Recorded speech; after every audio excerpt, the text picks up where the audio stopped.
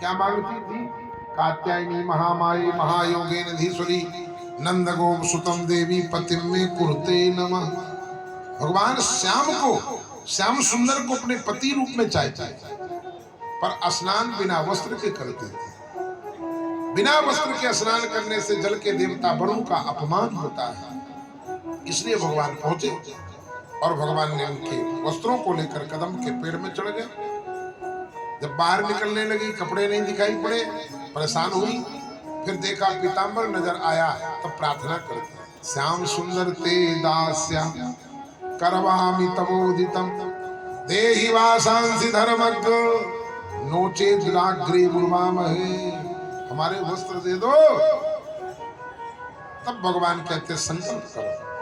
सबने जमुना जल लेकर के संकल्प किया, आज के बाद बिना वस्त्र के स्नान नहीं करोगी।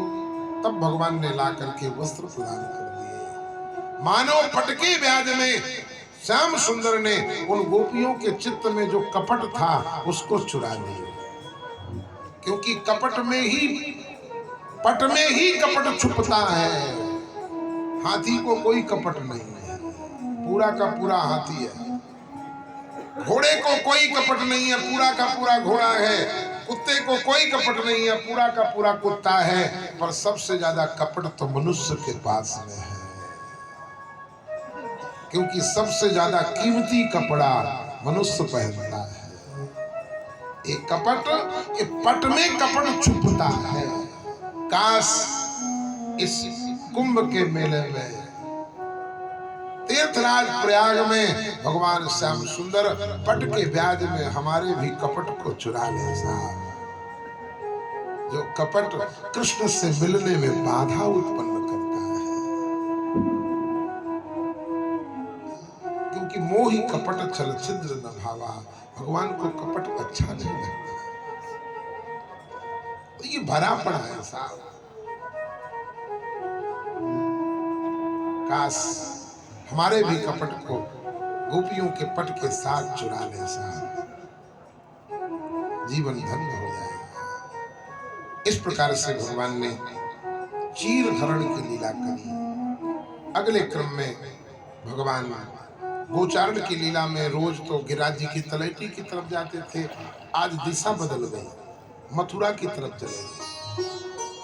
गिरिराज जी की तलैटी में उधर खाने पीने को माखन मिश्री मिल जाता था, गोपियां वहां से निकलती थी। चलो सखी कहाँ जाइए, जहां विषय बने, जहां मिले ब्रगराज, गोरस बेचत हरी मिले एक पंथ दो काज।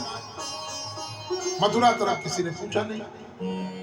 सखाओं को भूख लगी, सखाओं ने निवेदन किया, राम राम महावीर कृष्ण दुष्ट निवर्हणा ऐसा वही बाधते छुन्ना तत्शांति कर तुम अर्हत। दाऊ दादा, एक कन्हैया, तूने पूतना को मारा, घासुर को मारा, बकासुर को मारा, धेनुकासुर को मारा, बड़े बड़े दैत्यों को मारा, या भूख को नहीं मारा? बड़ी खतरनाक बीमारी है साहब। सांझ समय में विदा कर दीनी, होते ही प्रात खड़ी, काट कबीर सुनो भाई साधो, ये मौत से भूख बड़ी। मौत तो जीवन में एक बार आती है, पर भूख दिन में 4 बार। कथा हो रही है, समय थोड़ा ज्यादा हो रहा है, पर भूख लगाई होगी। 3 बार भोजन, अरे भजन एक बार, इसमें भी आते हैं झंझट हजार। मन ने कहा चलो गंगा नहाए, आ गए, खालसे में रुक गए, पहुंच गए तीर्थराज, तो आ गया बुखार, इसमें भी आते हैं झंझट हजार। पर 3 बार भोजन,